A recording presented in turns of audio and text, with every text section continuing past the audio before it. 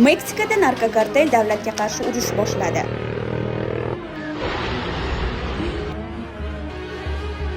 Meksika va AQSh xavfsizlik kuchlari tomonidan o'tkazilgan maxsus operatsiyada Jalisco karteli yetakchisi Nemesio Oseguera Cervantes o'ldirildi. U mamlakatdagi eng xavfli jinoyatchilardan biri bo'lib, El Mencho laqabini olgandi. Uning o'limi dunyodagi eng qudratli va shafqatsiz narkokartellardan biri bo'lgan CJNG uchun katta zarba bo'ldi.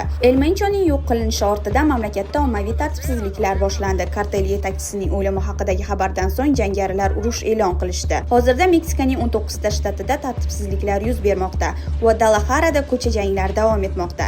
Jangarilar zirhli pikaplarda harakatlanib, kuch tuzilmalariga qarata o't ochmoqda, pistirmalar uyushtirmoqda. Ularning Milliy gvardiya bo'linmasiga uyushtirgan pistirmasi oqibatida 6 nafar harbiy halok bo'lishdi. Mahalliy ommaviy axborot vositalariga ko'ra, kartel har bir o'ldirilgan politsiyachi yoki harbiy uchun $1200 mukofot e'lon qilgan. Dastlabki ma'lumotlarga qaraganda, Puerto Vallarta va Guadalajara aeroportlari, shuningdek Jalisco shtatidagi Milliy gvardiya bazasi hujumga uchragan. Keskin vaziyat sabab AQSh Meksikadagi o'z fuqarolarini xavfsiz boshpanalarda qolishga chaqirdi. Meksika prezidenti Claudia Sheinbaum esa mahalliy to'qnashuvlarga qaramay, Meksikaning katta qismida vaziyat barqaror ekanligini ma'lum qildi.